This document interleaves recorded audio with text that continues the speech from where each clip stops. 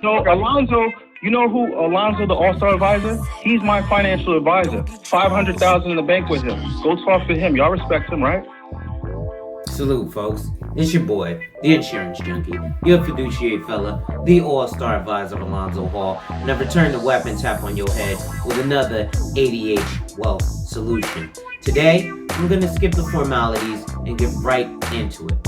So, infinite banking is a concept that is pretty amazing. Well, now, but it's not all that new, nor is it a blanket that fits everybody. It's not a quick way to get rich, and as a financial professional, it's becoming a waste of my time and efforts and energies to answer concepts and questions when the thing is, it won't work for most people, especially when they have those questions. I'm going to tell you why shortly, but make sure that you go ahead and hit that like, drop a comment, subscribe, and hit that notification bell so you're made aware every time I release new content. And as always, share, share, share. So, what I'm doing today is I'm going to explain some of the actual requirements to have an effective infinite banking strategy so you can make an informed decision, and if needed, as a financial professional, you can even send this video to potential time wasters or tire kickers, or just people who have questions.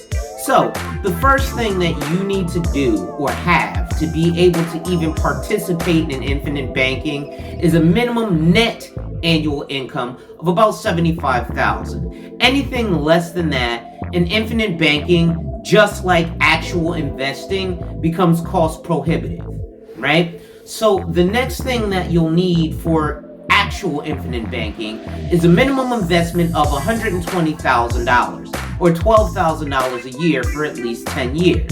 So that means you're telling your client you're paying a minimum of $1,000 a month on your life insurance policy. Most people don't even fully fund an IRA for $6,000 a year or $500 a month. So infinite banking at that point is off limits. Next, you're going to need a minimum amount of liquid capital, about $15,000, to place it as your principal investment into the strategy.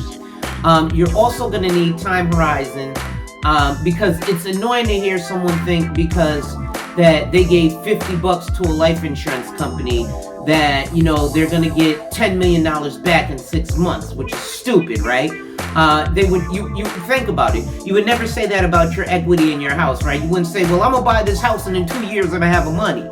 You know that it's going to take a minimum of 5 years to have anything of substance from your equity in your home.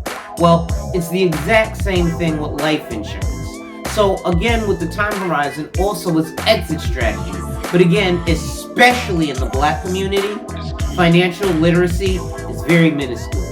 So people know that they don't need to mention exit strategies, as most Americans have no clue what that is. Simply put, is when you're going to get out of the game. So your exit strategy should fall, or your time horizon should fall somewhere in line with your exit strategy, or when you want to start using the money. You are also going to be willing, or need to be willing, to undergo a physical exam for the insurance company to make sure that you even qualify for the life insurance, which is a major reason that many financial advisors tell you things like buy term and invest the rest, as their companies are a hell of a lot less likely to dive into your health history and not approve the policy.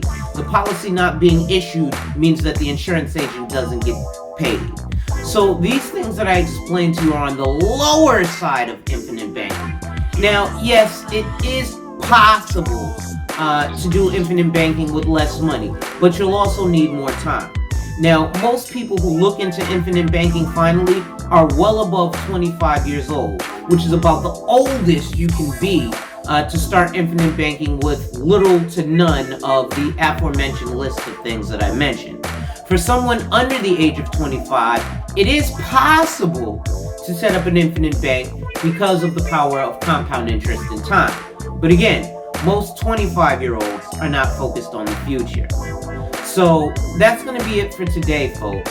Wipe ass, work in progress every day, and see success. And remember, ladies and gentlemen, when people challenge, They don't challenge you to challenge you, but they challenge you to challenge you. Accept the challenge. Salute.